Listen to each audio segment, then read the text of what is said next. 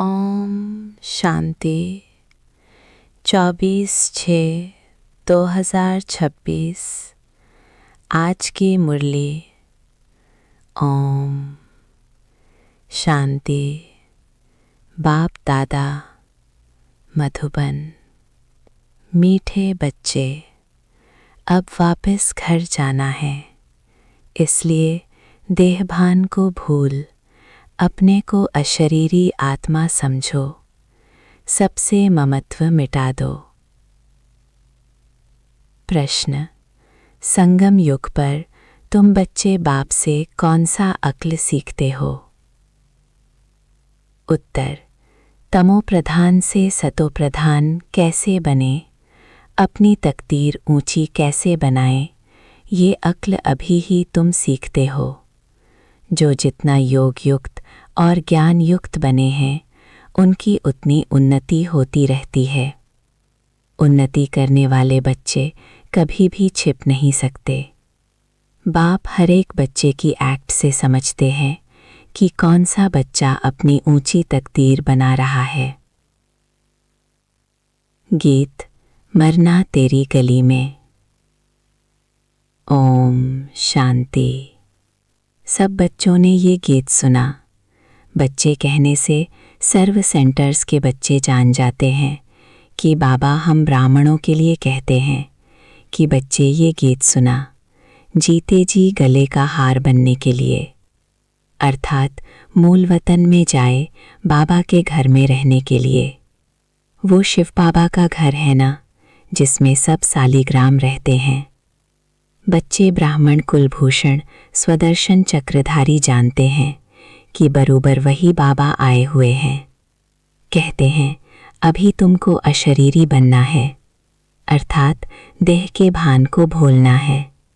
ये पुरानी दुनिया तो मिट जाएगी, इस शरीर को तो छोड़ना है, अर्थात सबको छोड़ना है, क्योंकि ये दुनिया ही खत्म होनी है। तो अब चलना है वापस घर। सभी बच्चों को अब खुशी होती है, क्योंकि आधा कल्प घर जाने के लिए बहुत धक्के खाए हैं, परंतु रास्ता मिला नहीं। और ही भक्ति मार्ग का चहचता दिखावा देख मनुष्य फंस पड़ते हैं।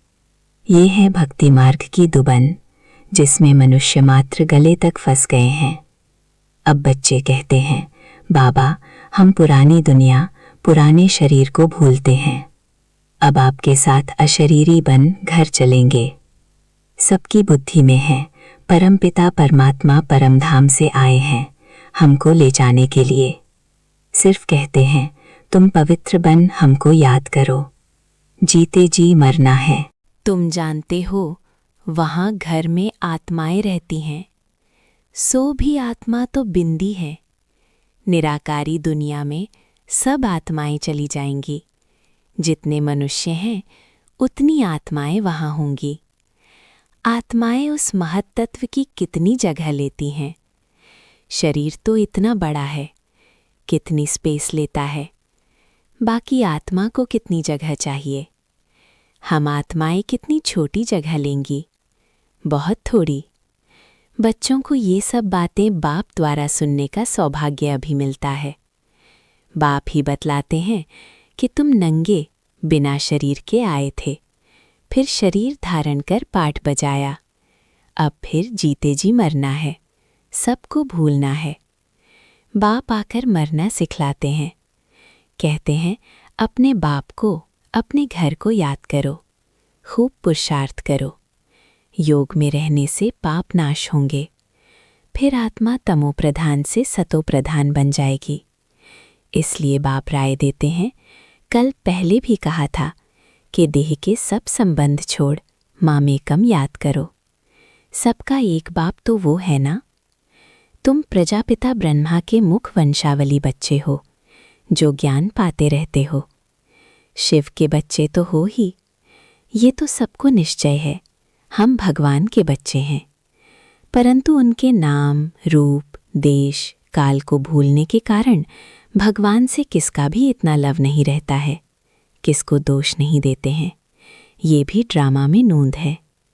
बाप समझाते हैं कि तुम आत्मा कितनी छोटी बिंदी हो, उसमें 84 जन्मों का पाठ नोंधा हुआ है। कितना वंडर है। आत्मा कैसे शरीर लेकर पाठ बजाती है। अभी तुमको बेहद के पाठ का पता पड़ा है। ये ज्ञान और कोई को नहीं है। तुम भी देह अभिमानी थे, अभी कितना पलटा खाया है। वो भी हर एक की तकदीर पर है। कल पहले वाली तकदीर का अब साक्षात्कार हो रहा है। ये बाप बैठ समझाते हैं। तमो प्रधान से सतो प्रधान बनने का अक्ल बाप ही सिखाते हैं। कल पहले मुआफिक। जितना जिसने अक्ल पाया है उतना ही अब पा रहे हैं। पिछाड़ी तक हर एक की तकदीर को समझ जाएंगे। फिर कहेंगे कल्प कल्प ऐसे ही हर एक की तकदीर रहेगी। जो अच्छा योग युक्त ज्ञान युक्त होगा वो सर्विस भी करता रहेगा। पढ़ाई में सदैव उन्नति होती रहती है। कोई बच्चे जल्दी उन्नति को पा लेते हैं, कोई बहुत माथा खपाते हैं। यहाँ भी ऐसे हैं। कल पहले मुआफिक जो उन्नति करते हैं वो छिपे नहीं रह सकते। बाप तो जानते हैं ना, सबका कनेक्शन शिव बाबा से है। ये भी बच्चों की एक्ट देखकर समझ जाते हैं, तो वो भी देखते हैं। इनसे भल कोई छिपाए, परंतु शिव बाबा से तो छिपा नहीं सकेंगे। भक्ति मार्ग में ही परमात्मा से नहीं छिपा सकते, तो ज्ञान मार्ग में कैसे छिपा सकते। बाप समझाते रहते हैं, पढ़ाई तो बहुत सहज है, कर्म भी करना है, रहना भी मित्र संबंधियों के पास पुरानी दुनिया में है। वहाँ रहकर मेहनत करनी है। यहाँ रहकर पुरुषार्थ करने वालों से वहाँ घर में रह पुरुषार्थ करने वाले तीखे हो सकते हैं, अगर ऐसी लगन है तो। शास्त्रों में अर्जुन और भील का मिसाल है ना।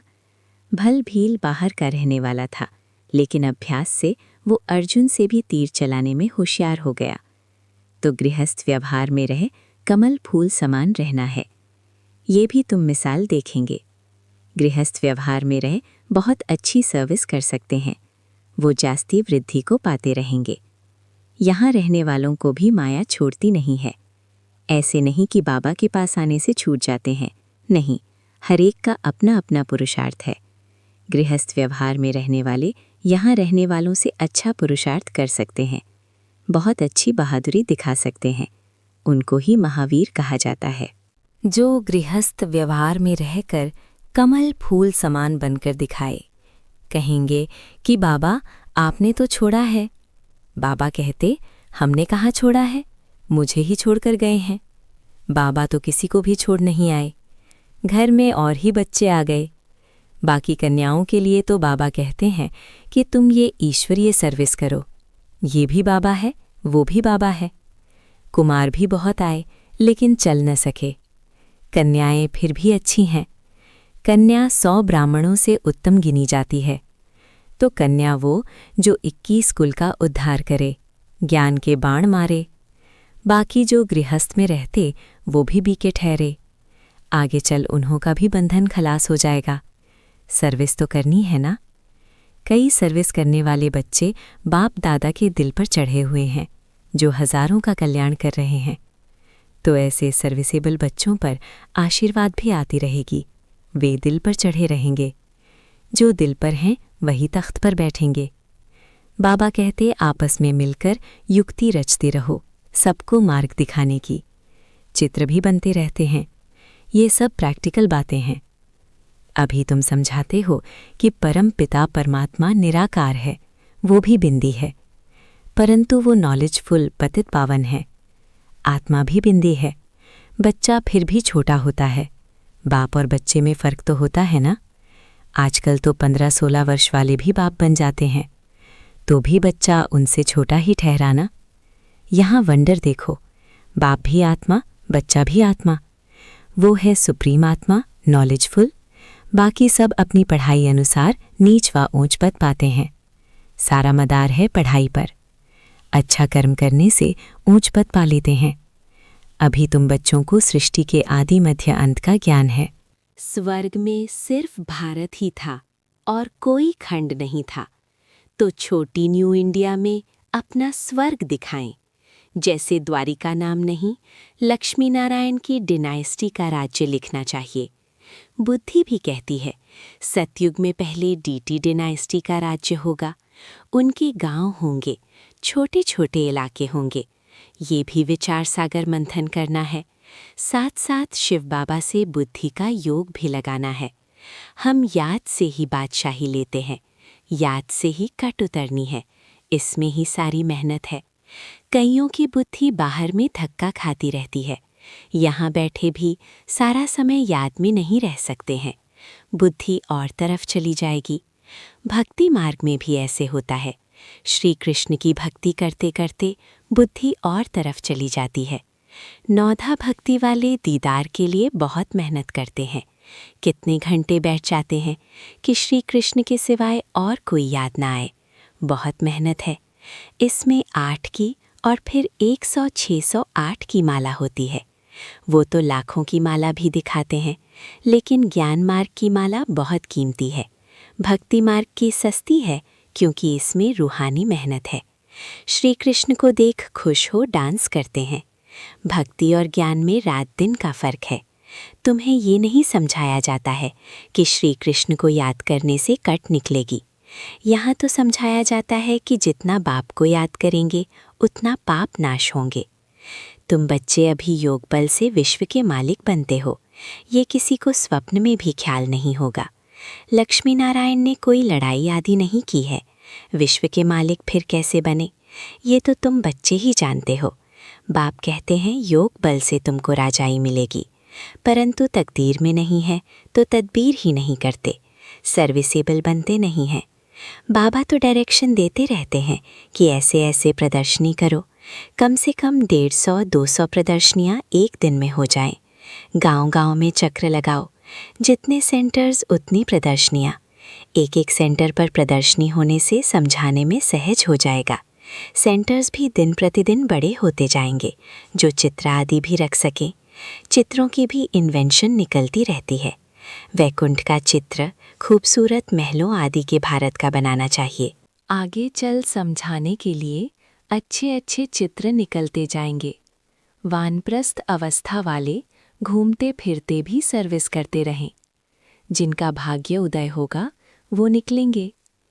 कई बच्चे कुकर्म कर अपनी आबरू गवाते हैं, तो यज्ञ की आबरू इज्जत गवाते हैं।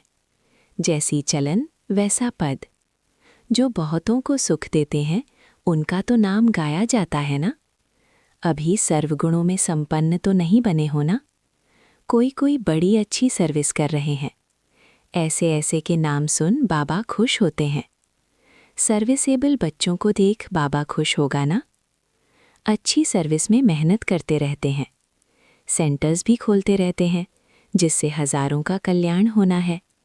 उनके द्वारा फिर बहुत निकलते जाएंगे। संपूर्ण तो कोई नहीं बना है। भूलें भी कुछ ना कुछ हो जाती हैं। माया छोड़ती नहीं है। जितनी सर्विस कर अपनी उन्नति करेंगे उतना ही दिल पर चढ़ेंगे, उतना ही ऊंच पद पाएंगे। फिर कल्प कल्प ऐसा ही पद होगा। शिव बाबा से तो कोई छिपा नहीं सकता। अंत में हरेक को अपने कर्मों का साक्षात्कार तो होता है। फिर क्या कर सकेंगे, जार जार रोना पड़ेगा। इसलिए बाबा समझाते रहते हैं कि ऐसा कोई भी कर्म नहीं करो जो अंत में सज़ा के भागी बनो, पश्चाताप करना पड़े। परंतु कितना भी समझाओ, तकदीर में नहीं है तो तदबीर करते ही नहीं। आजकल के मनुष्य तो बाप को जानते नहीं, भगवान को याद करते हैं लेकिन जानते नहीं, उनका कहना नहीं मानते। अभी उस बेहद के बाप से तुम्हें सतयुगी स्वराज्य का वर्षा मिलता है सेकंड में। शिव बाबा का नाम तो सभी पसंद करते हैं ना। बच्चे जानते हैं कि उस बेहद के बाप से स्वर्ग का वर्षा मिल रहा है। अच्छा, मीठे मीठे सिकिलदे बच्चों प्रति माता पिता बाप दादा का याद प्यार और गुड मॉर्निंग। रूहानी बाप की रूहानी बच्चों को नमस्ते। धारणा के लिए मुख्य सार। 1. अपनी चलन से बाप का या यज्ञ का नाम बाला करना है। ऐसा कोई कर्म ना हो जो बाप की इज्जत जाए। सर्विस से अपना भाग्य आपे ही बनाना है। 2. बाप समान कल्याणकारी बन सर्व की आशीर्वाद ले आगे नंबर लेना है। गृहस्थ व्यवहार में रहे कमल फूल समान रहने की अच्छी बहादुरी दिखानी है। वरदान, सतो प्रधान स्थिति में स्थित रहे सदा सुख शांति की अनुभूति करने वाले डबल अहिंसक भव। सदा अपने सतोप्रधान संस्कारों में स्थित रहे सुख शांति की अनुभूति करना, ये सच्ची अहिंसा है। हिंसा अर्थात जिससे दुख अशांति की प्राप्ति हो। तो चेक करो कि सारे दिन में किसी भी प्रकार की हिंसा तो नहीं करते। यदि कोई शब्द द्वारा किसी की स्थिति को डगमग कर देते हो तो ये भी हिंसा है। यदि अपने सतोप्रधान संस्कारों को दबाकर दूसरे संस्कारों को प्रैक्टिकल में लाते हो तो ये भी हिंसा है।